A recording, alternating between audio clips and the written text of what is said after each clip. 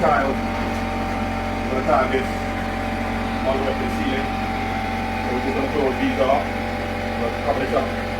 And then just go up over the top of this. All this is going to be tiled. Our countertop would come around here. We're going to make a little notch out here, a little opening.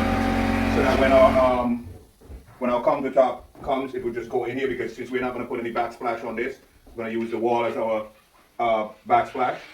So like a cutout here to get the wires in here.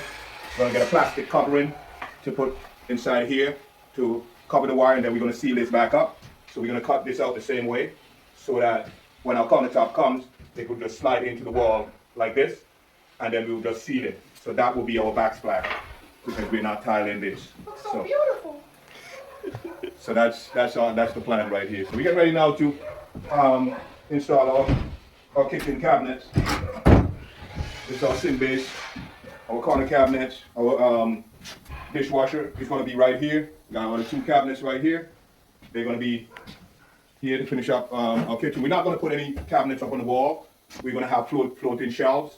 So it's going to be really unique, man.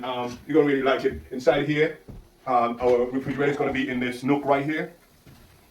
And our stove is going to be arranged. It's going to be inside here, microwave.